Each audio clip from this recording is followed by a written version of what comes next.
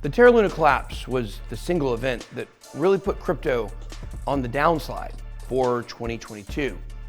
Investors remember it for losing $60 billion, the UST unpegging, and what seemed to set the crypto markets on fire, the bad kind of fire.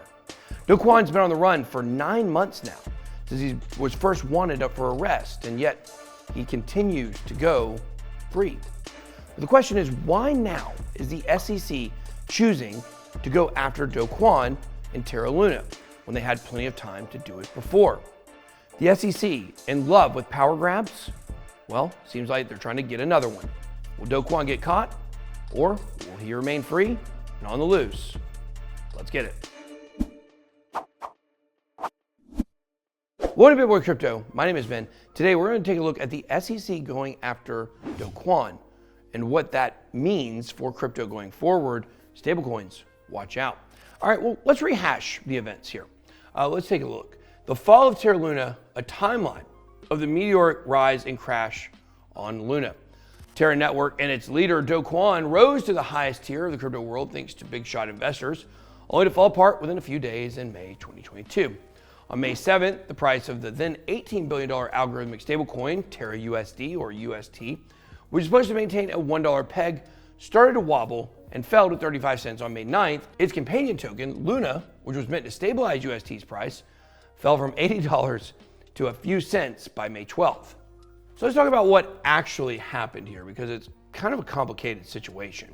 Really, to understand algorithmic stablecoins, you have to understand kind of elasticity when it comes to supplies and burning and minting and how all those things work together to create a stable price. So what really happened to Terra LUNA? What really happened to this crypto?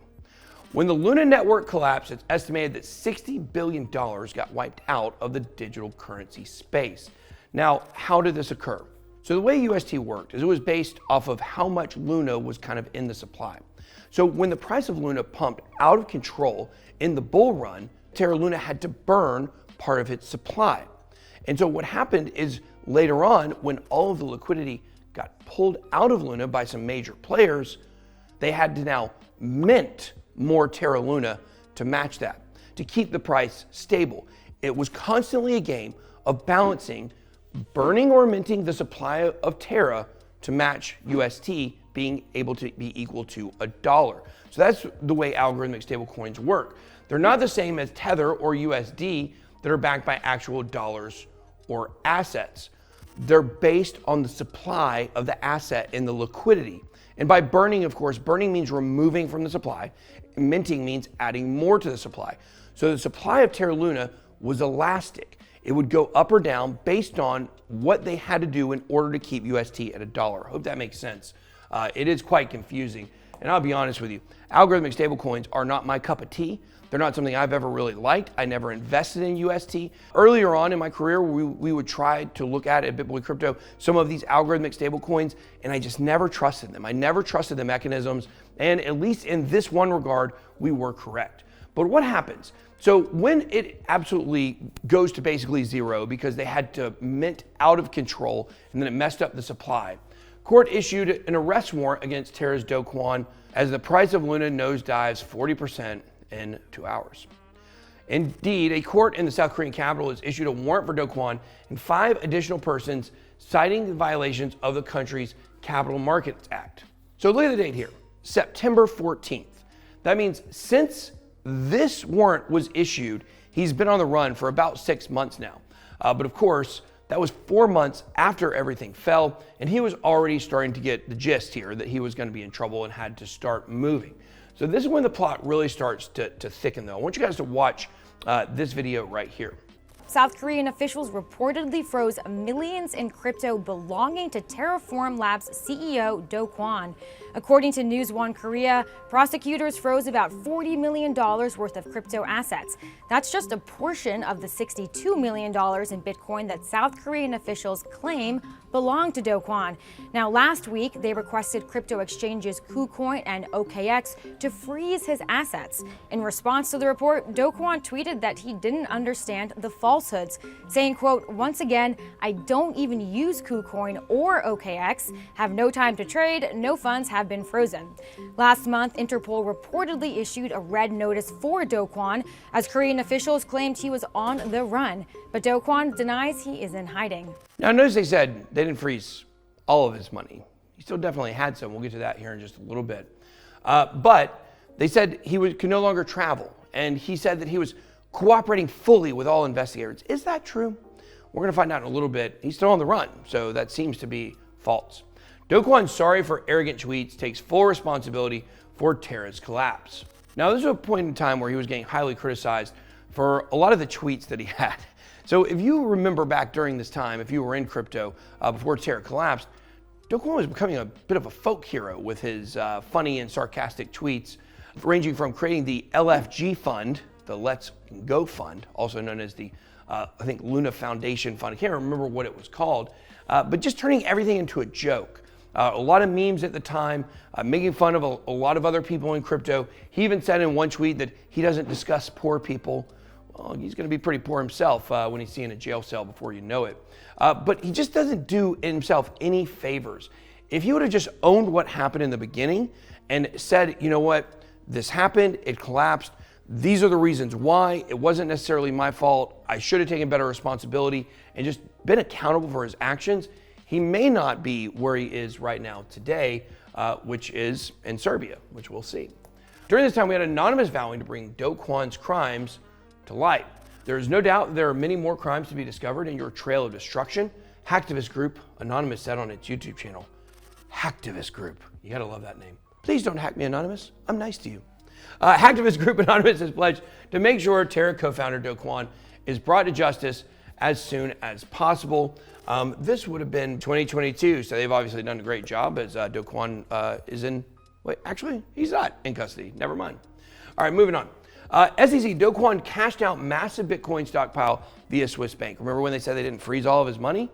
Well, they definitely didn't because he definitely still has plenty of money. The United States SEC alleges Do Kwon has tapped into some massive reserves of Bitcoin. That is today, February 17th. In addition to accusing him of misleading investors, U.S. regulators also stated that Do Kwon has transferred over 10,000 Bitcoin out of the failed blockchain project and turned some of it into cash via a Swiss bank. It says right here, between June 2022 and the date of this complaint, over $100 million in fiat currency has been withdrawn from that Swiss bank, the SEC specified. $100 million in fiat currency. It's interesting because didn't they say he only had 62 million? They froze 40 million of it, left him with 22. Where is this money coming from? Where is this $100 million coming from? Seems like he has an endless funnel of cash, almost like he cashed out money during the bull run and spread it all over the world like any good scammer would do. So then we have this, the SEC here, allegations against Do Kwon and Terraform Labs. The SEC also claimed that despite Do Kwon's claim that the May 2021 restoration of the peg was a result of the Terra algorithm, the company was actually entering into an agreement with a third party to purchase large quantities of UST in an attempt to restore the peg. This unnamed party was able to receive Luna at the price of 40 cents per token, despite the fact it was traded for over $90 during this time. And who is it? Nobody knows. This mysterious actor. Well, check this out. This just came out, I believe, today. Jump Trading allegedly received Luna tokens at 40 cents when the market was at 90 bucks, a 99.5% discount. If this is true, you're being dumped on, folks, past, present, and future. And I believe that looks like that came directly from the SEC indictment against him. Unbelievable that this was allowed to go on. And these are the types of things, guys. These are the types of things that are criminal activities.